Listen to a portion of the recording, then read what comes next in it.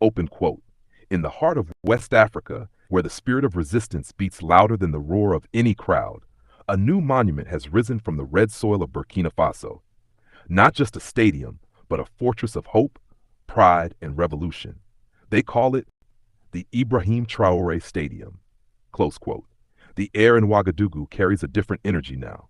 You can feel it in the bustling markets, in the children playing football in dusty alleys, in the chants of street vendors. There is a pride, a quiet but unshakable sense that something historic has happened. And it all centers on this extraordinary structure, a colossus of steel, glass, and determination that now dominates the skyline. This is not just about football.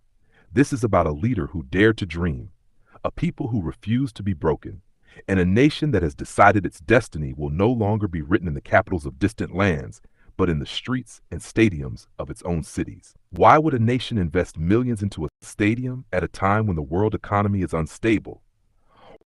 Why name it after a young captain whose boldness inspires millions but threatens the interests of powerful nations?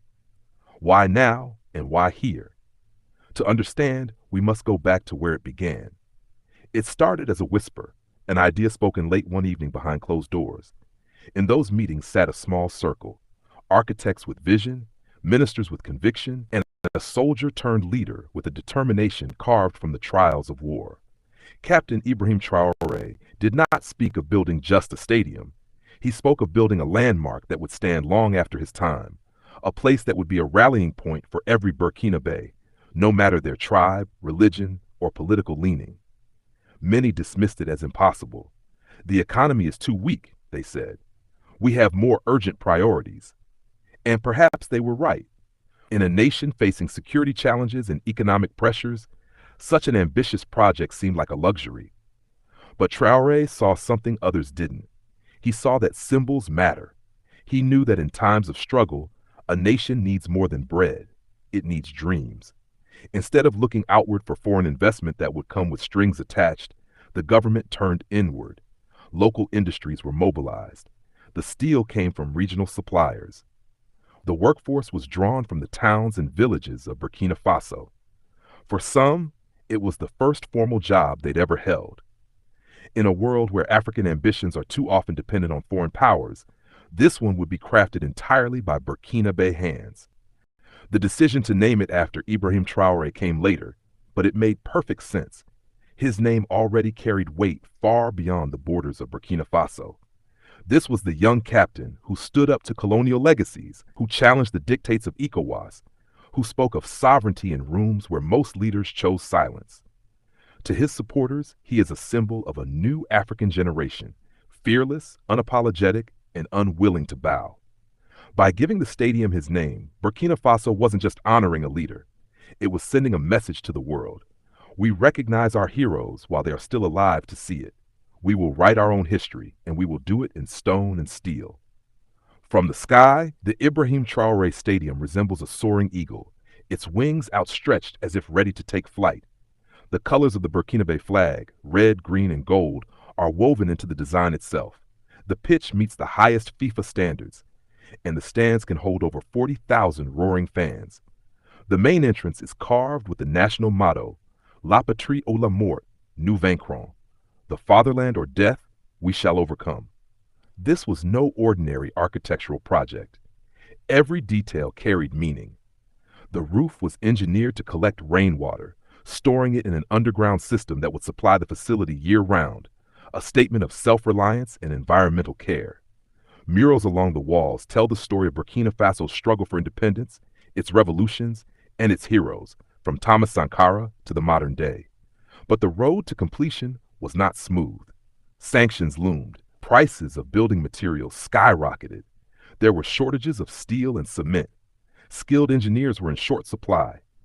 International contractors tried to raise costs, and some media outlets mocked the idea, painting it as a vanity project.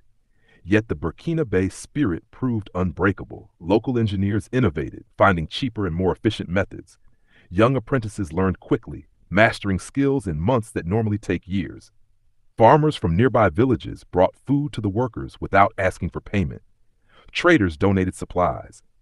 It became more than just a government project. It became the people's project. When the final beam was placed and the last light installed, the cheers were not just for a building's completion. They were for the triumph of a nation over doubt, hardship, and the patronizing voice of foreign critics. The opening day of the Ibrahim Traoré Stadium was unlike anything Burkina Faso had ever seen. Before sunrise, the streets of Ouagadougou were already alive with drums and dancing. Entire families dressed in the national colors of red, green, and gold made their way toward the stadium. Vendors sold roasted peanuts, flags, and handmade crafts. Soldiers stood proudly at the gates, greeting citizens as equals. And then came the moment that would be remembered for generations. Ibrahim Traoré, dressed in the ceremonial attire of the Burkinabe military, stepped onto the pitch. The stadium erupted in a roar so loud it seemed to shake the very ground. The national anthem began, and as thousands of voices sang in unison, many wept openly. It was not just a football match they had come to witness. It was history. It was proof that Burkina Faso could build something magnificent, not in spite of its challenges, but because of them. But the significance of this stadium goes far beyond sports.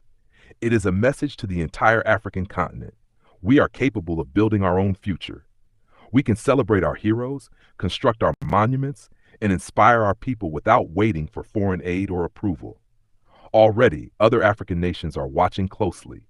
Some are calling it the African Revolution Stadium. Others believe it could inspire a wave of locally built, self-funded projects across the continent.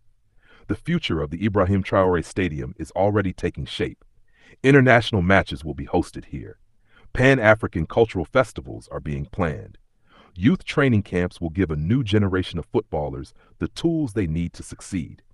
The dream is that one day, perhaps not too far from now, this very stadium will host a continental final, with Burkina Faso standing victorious on its own turf.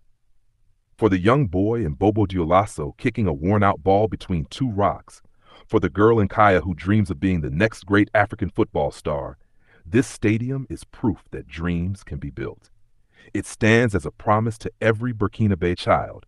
You matter, your future matters, and this nation will fight to give you a stage worthy of your talents. And so, as the sun sets over Ouagadougou and the golden light spills across the curved roof of the Ibrahim Traoré Stadium, one truth is undeniable. Burkina Faso is rising. The world is watching. And the Burkinabe people are ready to take their place on the stage of history, not as beggars of aid, but as builders of their own destiny. If this story inspires you, share it. Let the world know that Africa is no longer waiting for permission. We are building, we are rising, and this is only the beginning. Ibrahim Traoré, Burkina Faso, African pride, Burkina Faso rising, African football, West Africa, African unity.